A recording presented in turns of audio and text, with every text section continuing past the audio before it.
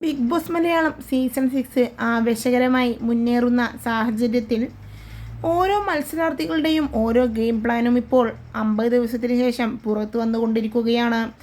ഓരോരുത്തരും അവരവരുടേതായ ഗെയിം പ്ലാനുകൾ പുറത്തെടുക്കുമ്പോൾ 6 വൈൽഡ് കാർഡ് എൻട്രികളും ബിഗ് ബോസ് വീട്ടിലേക്ക് വന്നു. എന്നാൽ അവർ വന്നതോടുകൂടിയും ഗെയിമിന് മെച്ചപ്പെട്ട മാറ്റമൊന്നും വന്നില്ല.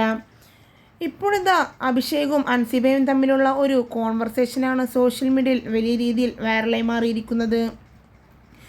ഇവരും തമ്മിൽ സംസാരിക്കുന്ന കാര്യം ഇതാണ്: നീ എന്താണെന്ന് ഞങ്ങൾക്ക് ആർക്കും മനസ്സിലാവുന്നില്ലല്ലോ അഭിഷേക്. നിന്റെ കണ്ണിൽ ഞാനൊരു പ്രണയം കാണുന്നുണ്ട്, അത് സത്യമാണോ എന്നും അഭിഷേകിനോട് തുറന്നടിക്കുച്ച് ചോദിക്കുകയായിരുന്നു അൻസിബ. എന്നാൽ അഭിഷേകിൻ്റെ മറുപടിയാണ് എല്ലാവരെയും ഞെട്ടിച്ചു കളഞ്ഞത്.